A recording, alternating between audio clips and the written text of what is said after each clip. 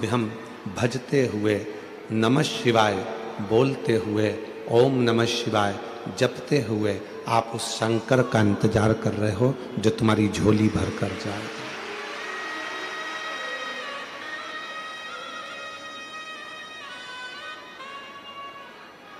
जो आपकी किस्मत बदल कर जाएगा, झोली भर कर जाएगा।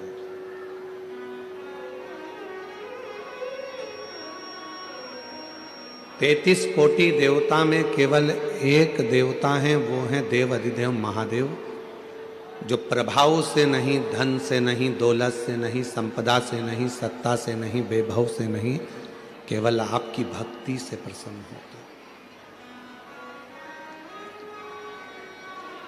क्या मांगा शिव जी ने? शंकर भगवान लंकापति रावण ने एक बार शिव जी के सामने जाकर खड़ा होकर कह दिया था कि आपको मैं क्या दूं, मैं आपको क्या प्रदान करूं।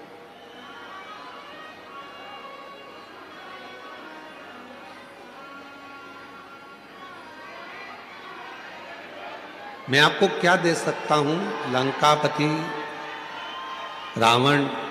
लंकापति रावण ने स्वयं शिव जी के पास जाकर ये कहा, स्वयं शिव जी के।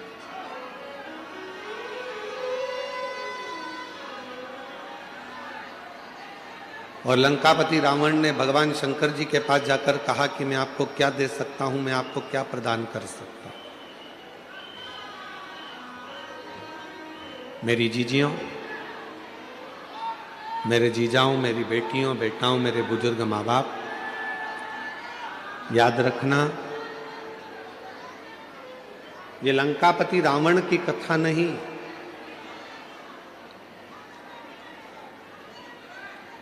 ऐसे दुनिया में कई लोग हैं।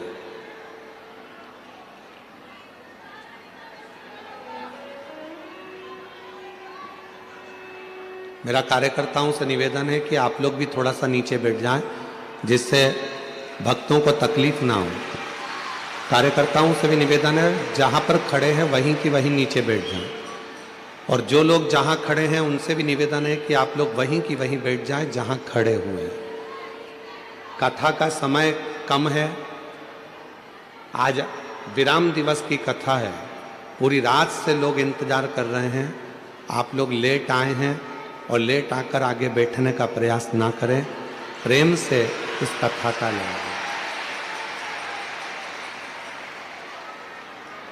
ना जाने फिर मुंबई में कब योग लगेगा। आज बाबा से अपने दिल की बात कहकर जाना और झोली पसार कर मांग कर लेकर जाना, जिससे कहीं भी कथा में आओ तो तुम्हारा पत्र इस व्यासपीठ पर जरूर मिले। और शंभु शरणे पड़ी मांगो घड़ी रे घड़ी, दुख काटो दया करी दर्शन आपो। शंभु शरणे पड़ी मांगो घड़ी रे घड़ी, दुख काटो दया करी दर्शन आपो। लंका के राजा रावण ने शंकर भगवान के पास जाकर कहा कि तुम जो बोलोगे मैं वो तुमको दे दूंगा। आप बोलो मैं आपको क्या दूं, आपको क्या प्रदान करूं। आप जो बोलो मैं वो दे देता हूं। शिव जी कुछ नहीं बोले, बाबा उघड़दानी कुछ नहीं बोले। फिर लंका के राजा रावण ने वापिस देव अधिदेव महादेव जी से जाकर कहा कि आप जो बोलो वो मैं आपको दे सकता हूं, आप जो कहोगे मैं आपको दे दूंगा। शिव जी तो भी कुछ नहीं बोले, बिल्कुल मुख से शब्द नहीं कहा। और मेरी जीजियों, इस बात का स्मरण अपने भीतर रखना,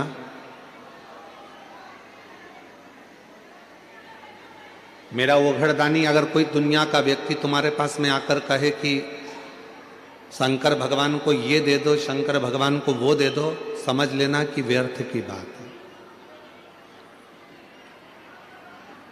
शिव कभी भी अपने भक्त से ये भी नहीं कहते कि मुझे तू ढेरों चढ़ावा दे, धन दे, संपदा दे, या तू मुझे कुछ प्रदान कर। शिव नहीं करते। और आपके इधर अगर मुंबई में, अगर महाराष्ट्र में, अगर कहीं शंकर भगवान तुमसे कहते हो कि मुझे ये ला कर दो, तो बात दूसरी है। पर शिव पुराण की कथा कहती है कि शंकर भगवान कभी नहीं कहते कि मुझे तू ये दे या वो दे, कुछ मत। शिव कभी नहीं कहते।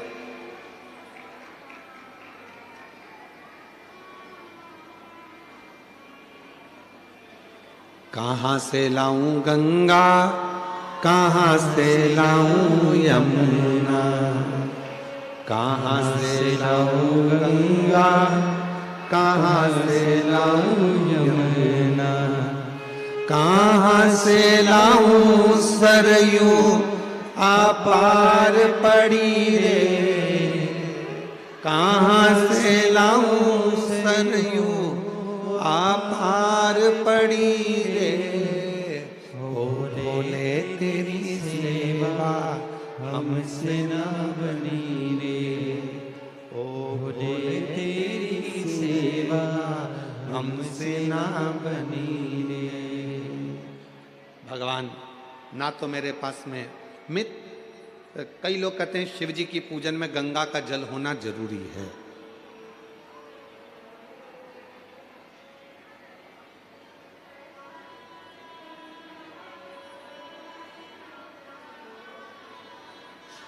और मान लो तुम्हारे पास में गंगा जी का जल नहीं है, तो क्या शंकर जी तुम्हारी पूजन को स्वीकार नहीं करेंगे? अरे बोलो तो जम के, करेंगे ना? क्यों? स्कंद पुराण में वर्णन आता है,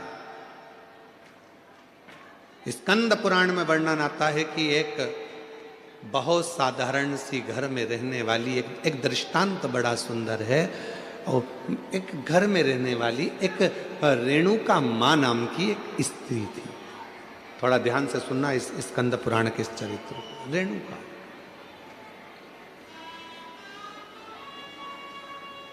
वो रेणुका मां के पास में कुछ भी नहीं था। उसकी एक बेटी थी सुकन्या कर। रेणुका मां की एक बेटी थी सुकन्या, बड़ी सुंदर थी। और रेणुका मां भी शंकर भगवान की पूजन करती थी और सुकन्या भी शिव जी की पूजन करती थी। सरल विधि से पूजन करते थे। मंदिर जाते थे तो जाते जाते कोई वृक्ष की पत्तियां मिल जाती थी, वो शिव जी को चढ़ा देते थे।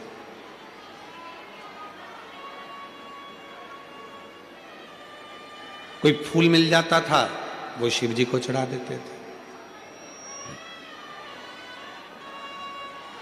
और कई बार ऐसा हुआ कि रेणुका सुकन्या को कोई पत्ती नहीं मिली, कोई फूल नहीं मिला, तो उन्होंने जल चढ़ा दिया।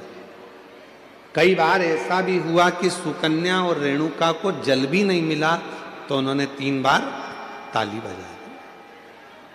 कई बार ऐसा हो गया सुकन्या और रेणुका को कि वो मंदिर भी ना जा पाए, तो उन्होंने शिखर का दर्शन कर लिया। शिखर का दर्शन।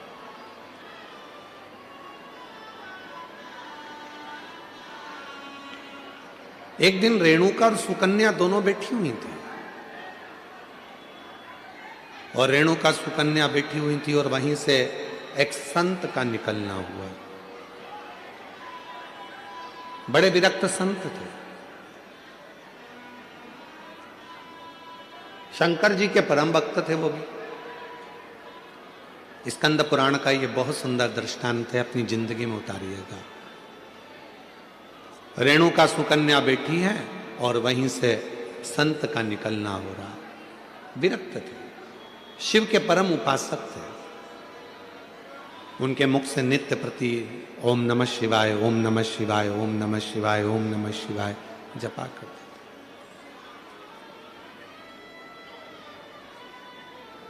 आज संत भिक्षा मांगने के लिए रेणुका और सुकन्या के घर पर पहुंच गए। आवाज लगाई, माता भिक्षाम दे,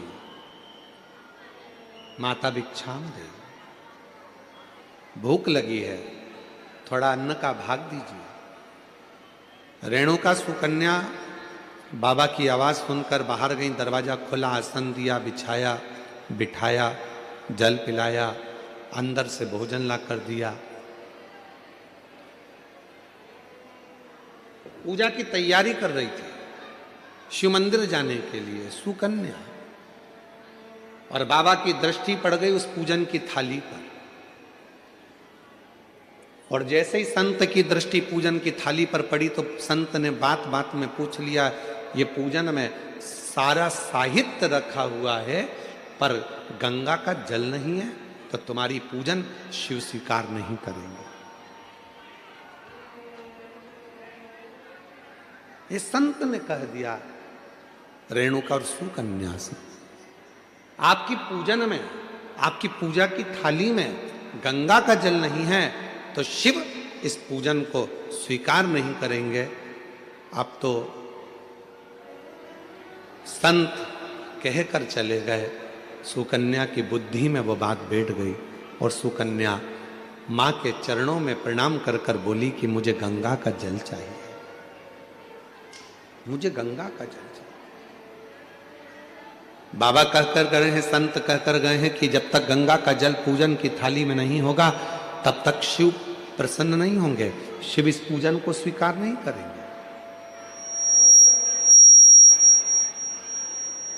अगर भगवान शंकर को पूजन स्वीकार करना है, अगर भगवान शंकर को पूजन स्वीकार करना है तो गंगा का जल का होना जरूरी है। स्कंद पुराण कह रही है कि सुकन्या और रेणुका दोनों आंखों में जल भर ली। कहा, एक काम करो सुकन्या, तुम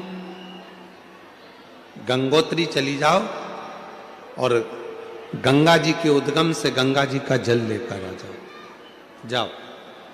सुकन्या हाथ जोड़कर बोली, मां मैं अकेली कन्या, मैं अकेली स्त्री गंगा का जल लेने के लिए कैसे जाऊंगी?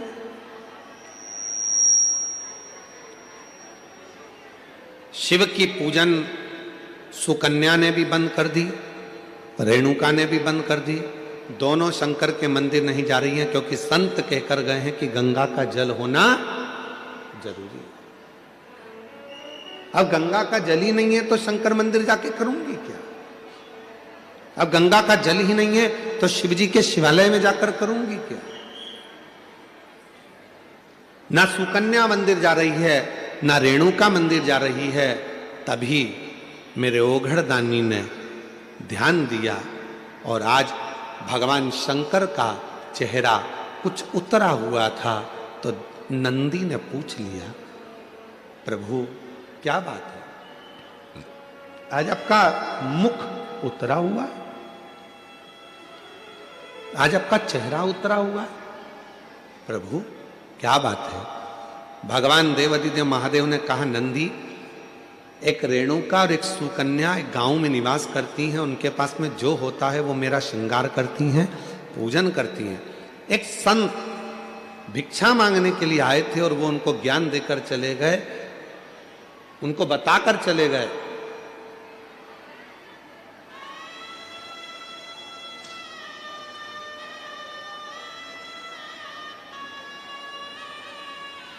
कि गंगा के जल के बिना शिव पूजन को स्वीकार नहीं करते। ना मां मंदिर जा रही है, ना बेटी मंदिर जा रही है, दोनों विचार में लगे हैं कि गंगा का जल कहां से लेकर आए, गंगा का जल कैसे लेकर आए, दोनों विचार।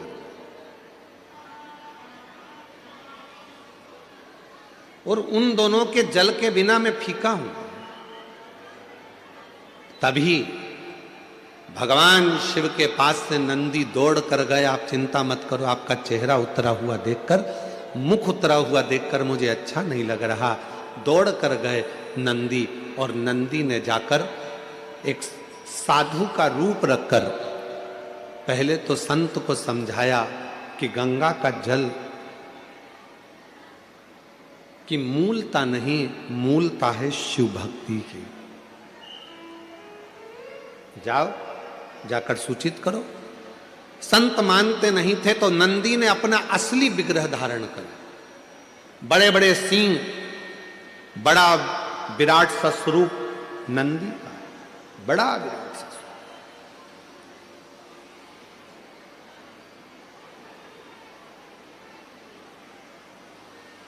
और इतना विराट स्वरूप नंदी का था, इतना विराट स्वरूप नंदी का था, नंदी जैसे ही सामने जाकर उस संत के खड़े हुए और अपनी पूंछ का एक बाल संत के ऊपर जो घुमाया, इतने में संत जमीन पर पड़ गए, हाथ जोड़कर बोले मुझसे क्या गलती हो गई। तो नंदी ने कहा गलती केवल एक हुई है कि वो पूजन करने वाली जिस भाव से पूजन करती थी, जैसी मंदिर जाती थी, जो जिस भाव से पूजता था, उसकी पूजन तुमने बंद करा दी, केवल एक गंगा के जल के लिए, कि पूजन में गंगा का जल होना जरूरी है। जाओ। नंदी ने कहा संत, ए साधु, जाकर वो रेणुका और सुकन्या से जाकर कहो कि जब शंकर भगवान के ऊपर एक लोटा जल चढ़ता है, जब शिव जी के ऊपर पानी की एक बूंद गिरती है, जब शंकर भगवान के ऊपर अगर कोई साधारण जल भी चढ़ता है तो वो शंकर के ऊपर चढ़ा, और जैसे उनके शिवलिंग पर चढ़ा, जटा से लगा, तो वो अपने आप गंगा जल बन जाता है, अलग से गंगा जल की जरूरत नहीं पड़ती। जाओ कहो, बोलो उनको।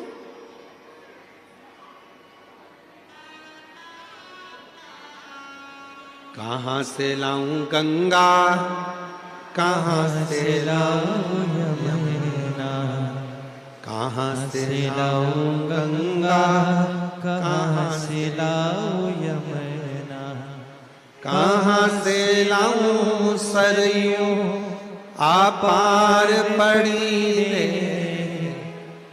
बोले तेरी सेवा हमसे ना बनी रे, शिव शंकर तेरी सेवा हमसे ना बनी रे। गंगा का जल मूल नहीं, मूल है आपके हृदय का भाव, हृदय का।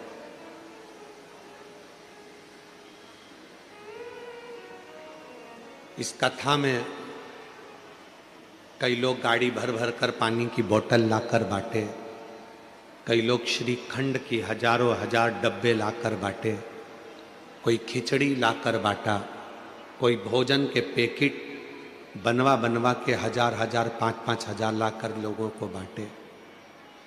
और उसी बीच में कोई कोई ऐसा भी था जिसके पास में कुछ नहीं था, तो 10 रुपए की टॉफी खरीद कर उसने वो भी बांटा, कोई ने 5 रुपए का बिस्कुट खरीद कर बांटा।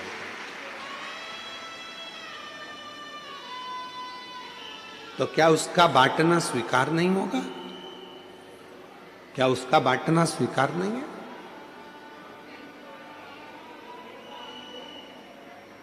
एक सेठ जी हमेशा कहता था,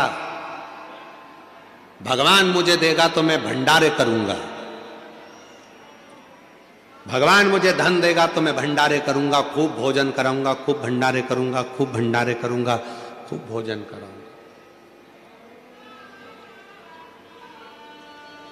अगर भगवान मुझे देगा तो मैं भंडारे करूंगा।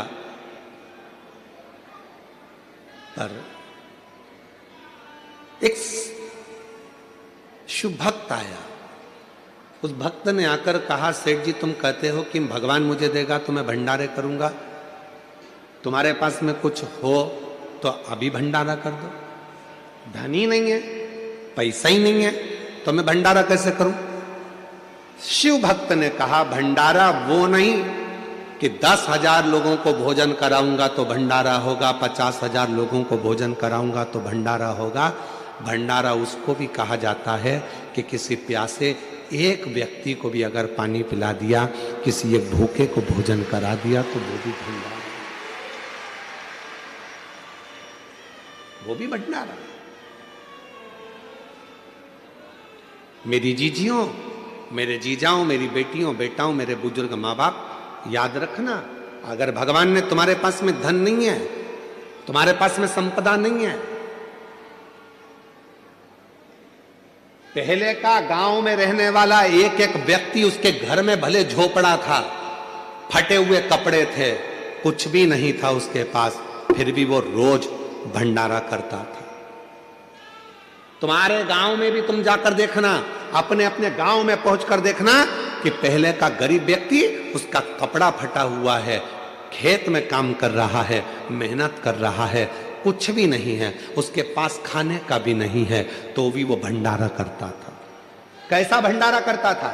अपने घर से थोड़ा सा चून लेकर जाता था, थोड़ा सा आटा, थोड़ी सी शक्कर मिला के लेकर जाता था, पीपल के पेड़ के नीचे थोड़ा थोड़ा डाल देता था, हजारों चींटियां आती थी, खाकर चली जाती थी, वो भी भंडारा हो जाता था।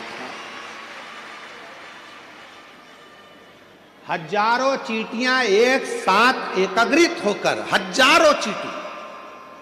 और मेरा विश्वास कहता है कि मेरी मुंबई की भी कई बहनें, मेरी मुंबई की भी कई मेरे जीजा, कई मेरी बेटियां, कई बेटा, कई मेरे बुजुर्ग माँ बाप भी ऐसा भंडारा करते होंगे।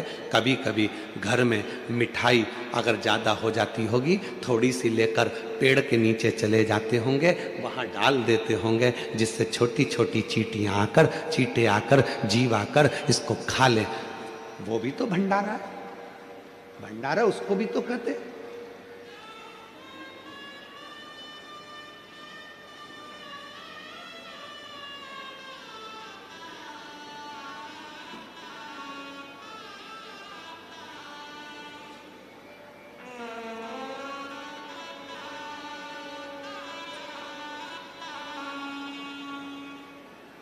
लगभग 34 साल पहले एक संत से मिलना हुआ था नर्मदा जी की परिक्रमा पर। जब हमने नर्मदा परिक्रमा करी थी तब एक संत से मिलना हुआ था, फिर उस संत का दर्शन कभी नहीं हुआ। 34 से 38 साल के पहले की बात होगी, एक संत का दर्शन। कोई पैसा देकर जाते थे, वो पैसा नहीं लेते थे, कोई कपड़ा देकर जाते थे, वो कपड़ा नहीं लेते थे, कोई धन देकर गए तो धन नहीं लेते थे।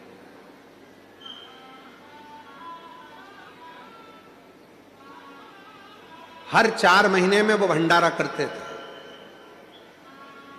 और भंडारा धन का नहीं करते थे, भंडारा अन्न का नहीं करते थे, भंडारा भोजन का नहीं करते थे, क्योंकि ये धन अगर ले लूंगा, किसी को अगर भोजन कराऊंगा तो पैसा तो दूसरे का है, फायदा मेरा क्या होगा। तो वो भंडारा ना अन्न का करते थे, ना धन का करते थे, ना वस्त्र का, ना वैभव का करते थे। मां नर्मदा की गोद में रहते थे, शिव की भक्ति करते थे। बड़ा दुर्बल पतला सा शरीर था, और शूलपाणेश्वर क्षेत्र में उनका निवास था। शिव मंदिर में जाकर, भगवान शंकर के मंदिर में जाकर 21 बार अपने शरीर को दंड करते थे, प्रणाम करते थे, और शरीर में त्रिशूल से चोट हो जाती थी, पत्थर से चोट हो जाती थी।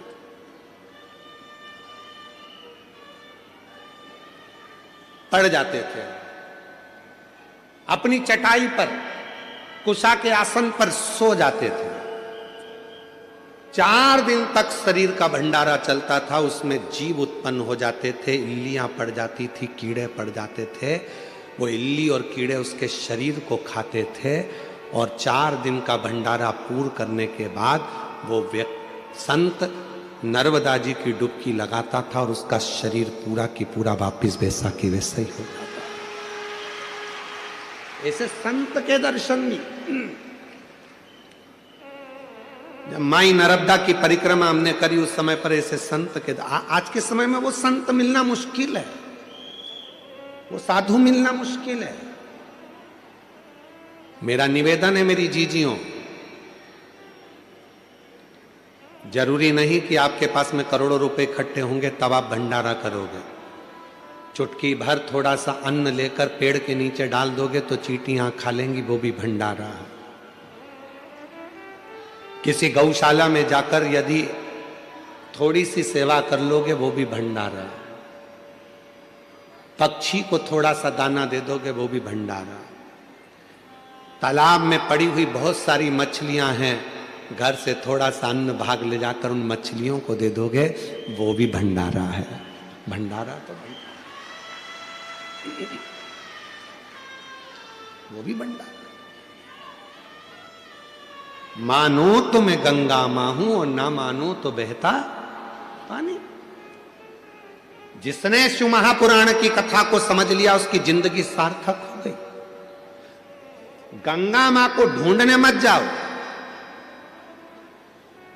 जरूरी नहीं कि शंकर जी की पूजन में गंगा का जल होना जरूरी है। शंकर की पूजन में गंगा का जल भले ना हो, पर गंगा जैसी पवित्रता शिव की पूजन में जरूर होना चाहिए। मन की पवित्रता। रेणुका और सुकन्या के पास में संत ने आकर कहा कि तुम गंगा के जल को ढूंढने मत जाओ, मंदिर जाओ और तुम्हारे घर का जल भरकर लेकर जाओ। तुम्हारे घर का जल जब शिव जी पे चढ़ेगा, चढ़ते ही वो अपने आप गंगा जल बन जाएगा। उस पे चढ़ा और गंगा जल। गंगा मैया आई, अविरल बहती बहती बहती बहती। कौन उनको रोके? शंकर भगवान ने अपनी जटा में गंगा जी को लाकर विराजमान कर दिया। गंगा जी शिव जी की जटा में जाकर बैठ गई, और जटा में जाकर जब गंगा जी बैठ गई तो गंगा जी के मन में भी एक बार अहंकार आ गया था। स्वयं मां गंगा ने भगवान विष्णु जी के पास जाकर कहा, विष्णु जी के पास जाकर कहा कि मैं गंगा, सारी नदियों में सर्वश्रेष्ठ गंगा, पवित्र गंगा, मैं पवित्र, सारी नदियों में सर्वश्रेष्ठ गंगा, मैं पवित्र गंगा।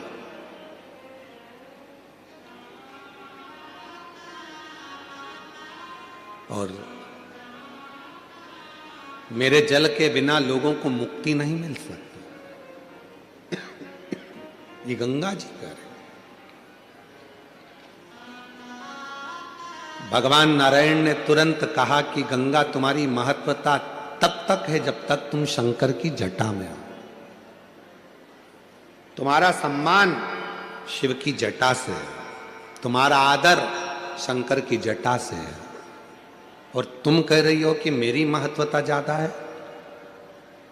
गंगा शंकर भगवान के शरीर से अगर एक साधारण पानी भी छू जाता है तो वो गंगा के जल के बराबर श्रेष्ठ हो जाता है। गंगा के जल के बराबर वो श्रेष्ठ हो जाता।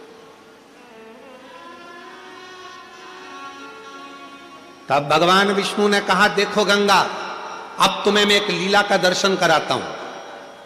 शंकर भगवान के शरीर में से, तेज पुंज से, तप से, साधना से एक पसीने की बूंद बह निकली।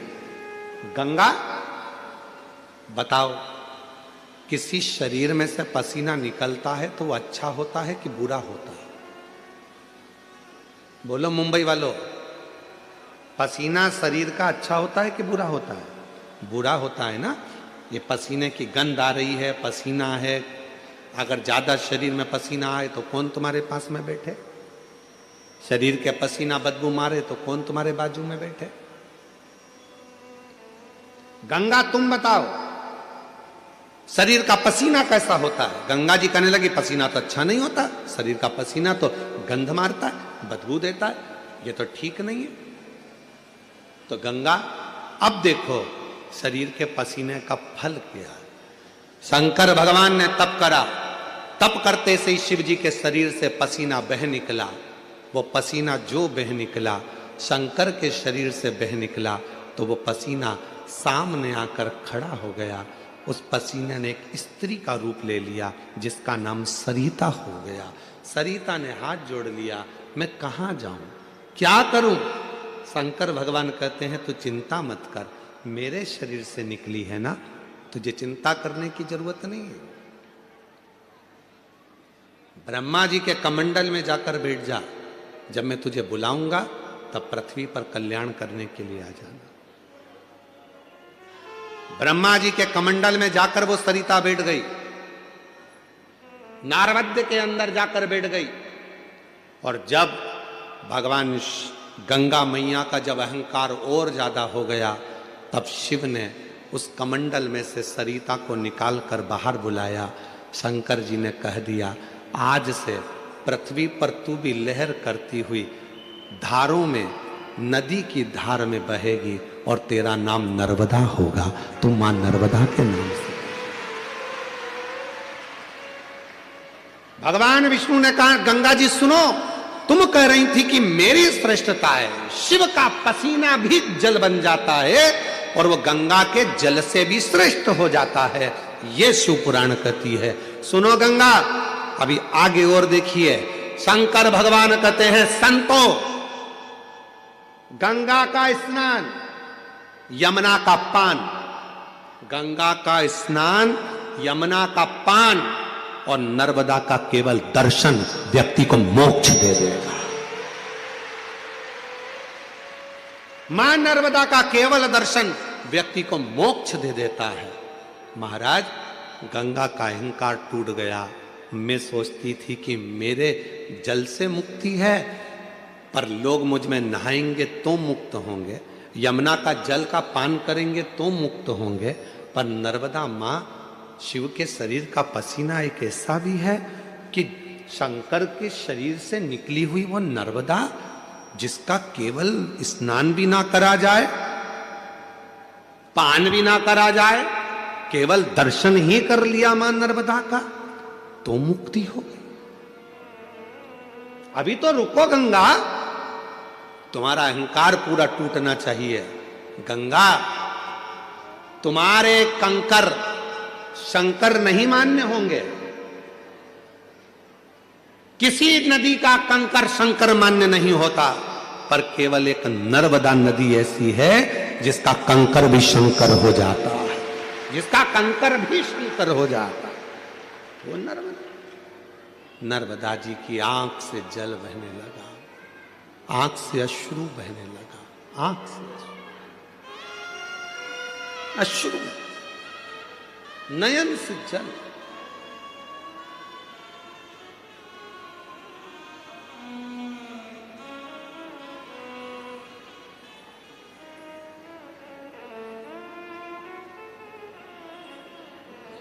आपके भीतर ये अभिमान ना आए।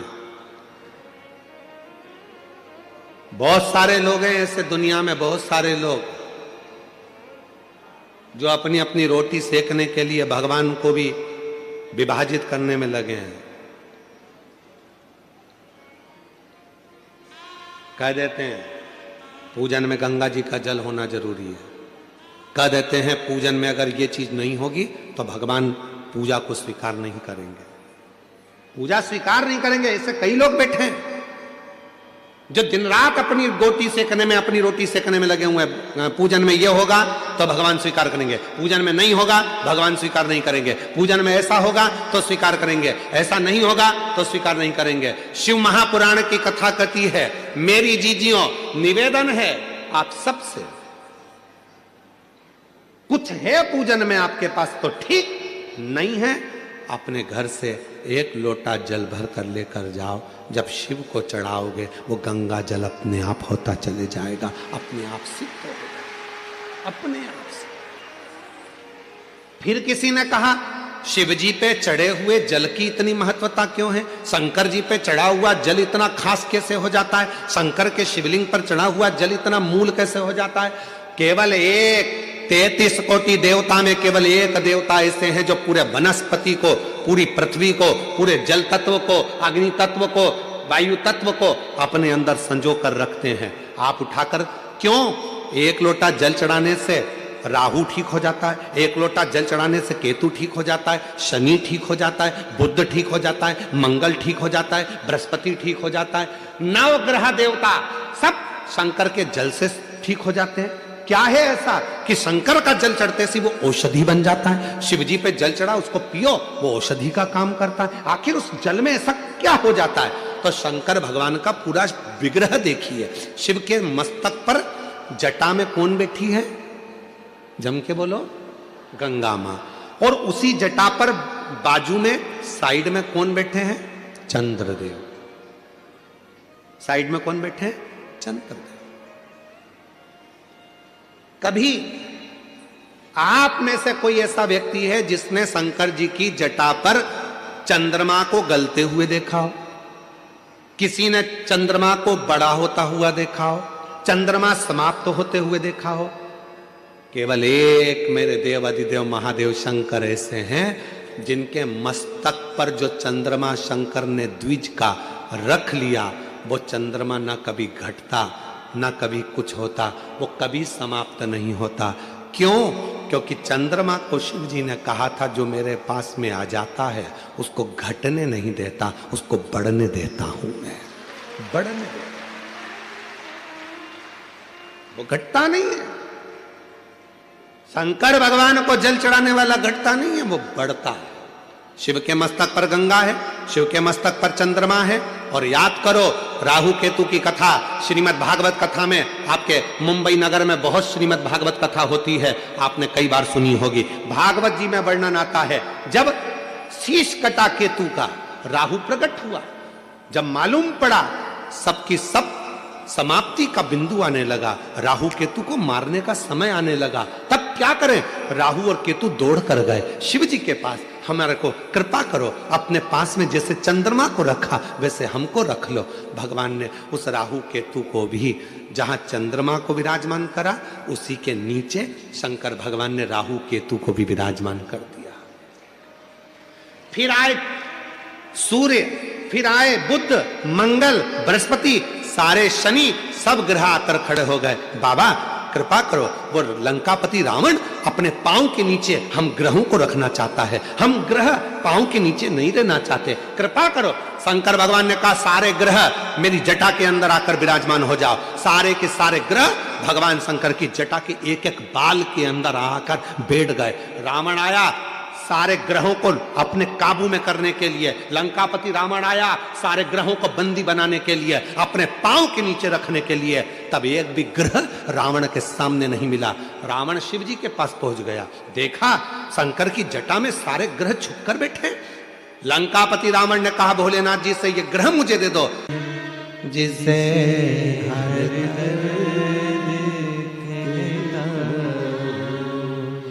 दुनिया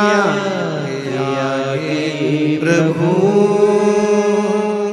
चुपचाप में रहता हूँ, दुनिया के आगे प्रभु चुपचाप में रहता हूँ। मेरा तो ही तो हमदर्द है जिसे हर दर्द कहता हूँ।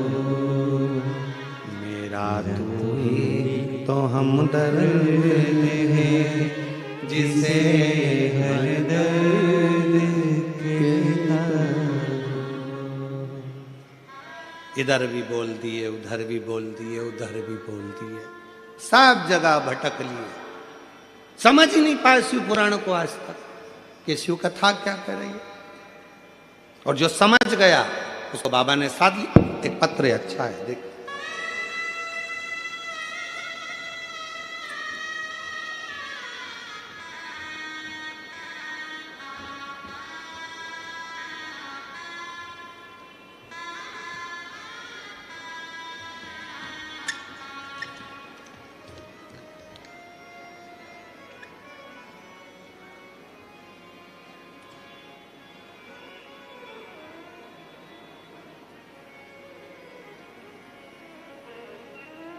गुरुजी मैं दादर नगर हवेली सिकवासा की रहने वाली हूँ, बापी गुजरात से हूँ।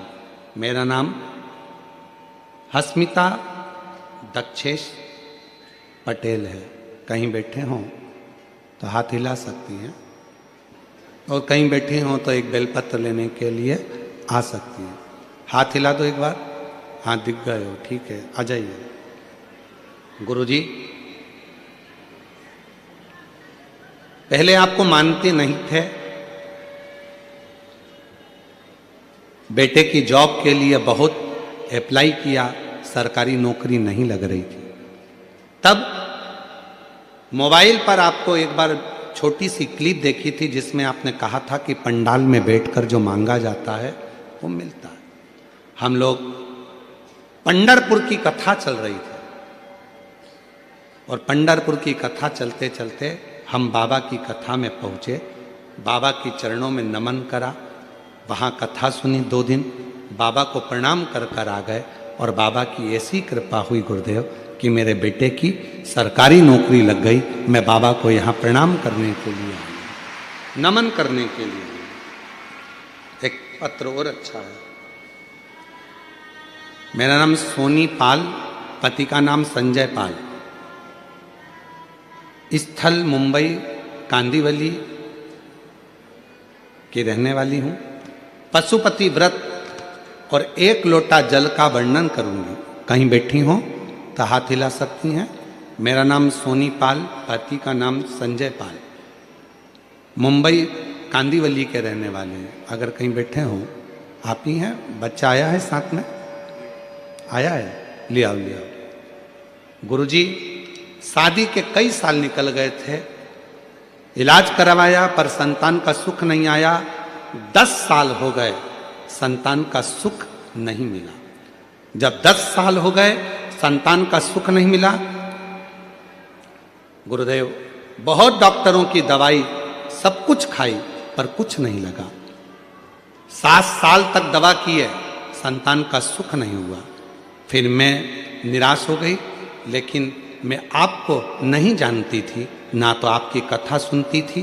गुरुजी, मेरे पापा का नाम हरिराम, माता का नाम समता। मेरे पापा के दोस्त ने आपके बारे में कहा और आस्था पे आपके कथा सुनने को कहा। गुरुजी, फिर मैंने आस्था पे आपकी कथा सुनी तो मेरे मन में विश्वास हुआ। गुरुजी, मैं सीहोर गई और वहाँ कंकर शंकर की पूजा की और कंकर शंकर भगवान को लेकर घर आ गई। मुझे नहीं पता था गुरुजी कि सीहोर का कंकर इतना प्रबल है। गुरुजी, मैं बाबा को नमन की और मैंने पूरा भरोसा था मेरे बाबा, मेरे शिव पिता, मेरे शिव भगवान पे। मुझे गर्व पूरा की पूरा पिता पर पशुपति व्रत किया और सफ़ेद आंकड़े की जड़ सफलता मिली और बाबा की कृपा से 18 जनवरी 2025 को 10 साल के बाद मेरे घर में औलाद का सुख प्राप्त हुआ। 10 वर्ष के बाद। एक पत्र और बड़ा सुंदर,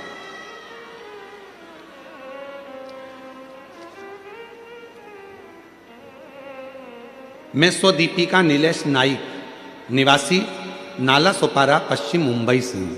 कहीं बैठे हों तो हाथ हिला सकते हैं।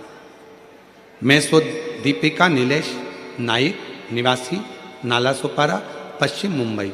कहीं बैठे हों हाथ हिला सकते हैं और अगर आए हों तो बेलपत्र लेने के लिए आ सकते हैं। गुरुदेव, कई वर्ष संतान का सुख नहीं हुआ। 1 साल, 2 साल, 3 साल, 4 साल, 5 साल, 6 साल, 7 साल, 8 साल, 10 साल तक ऐसे निकलते चले गए, औलाद नहीं हुई।